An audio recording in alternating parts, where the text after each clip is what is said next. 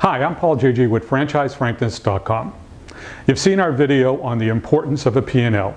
Today what we're going to do is to walk through a P&L and look at it from the perspective of the prime cost and the operating expenses that you look at to manage your business.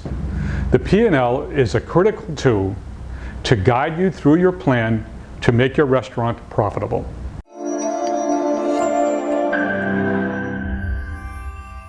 So for today's discussion, here's the example of a P&L that we're going to use.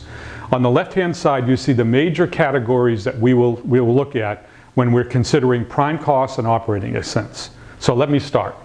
First, there's sales, and we're going to use $1 million annual as the number that the restaurant does in a full year of business. That, of course, equates to 100% of the revenue that you have to use to drive down to your profit. Now let's take a look at the items that impact that 100%. First is cost of goods. And for the sake of this discussion, we're going to say that our cost of goods is going to be 35%. So what's in that cost of goods? It is all of the direct expenses necessary to deliver the product to the customer. So what does that mean? It's food, it's beverage, it's packaging, it's condiments, anything directly related to the product you're serving to the customer, whether it's takeout or in store. Labor. This is the cost of managing the business through your staff and your management to deliver that product to the customer. So what's included there? As I mentioned, direct wages for management and staff, and those things related to that payroll, such as taxes, insurance, workman's comp, and again, anything else that might be directly related to the labor. Prime cost. What is this? This is a term that it's very important that people in the industry understand.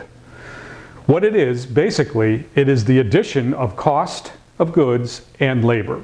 And in our case, it's 25 plus 35, or 60%.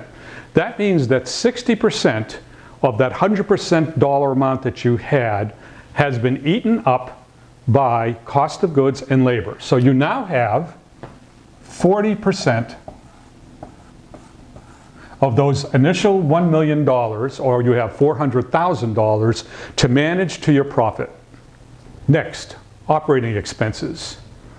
This area you have limited control over your expenditures. What's in this area? Rent, utilities such as water, electric, or gas, marketing cost, your royalties, and outside services, such as if you have a laundry service. That's what's in here. There's other items in here, but those are some of the key components that make up operating expenses. What's important to understand that any expenditures here are directly related to your sales.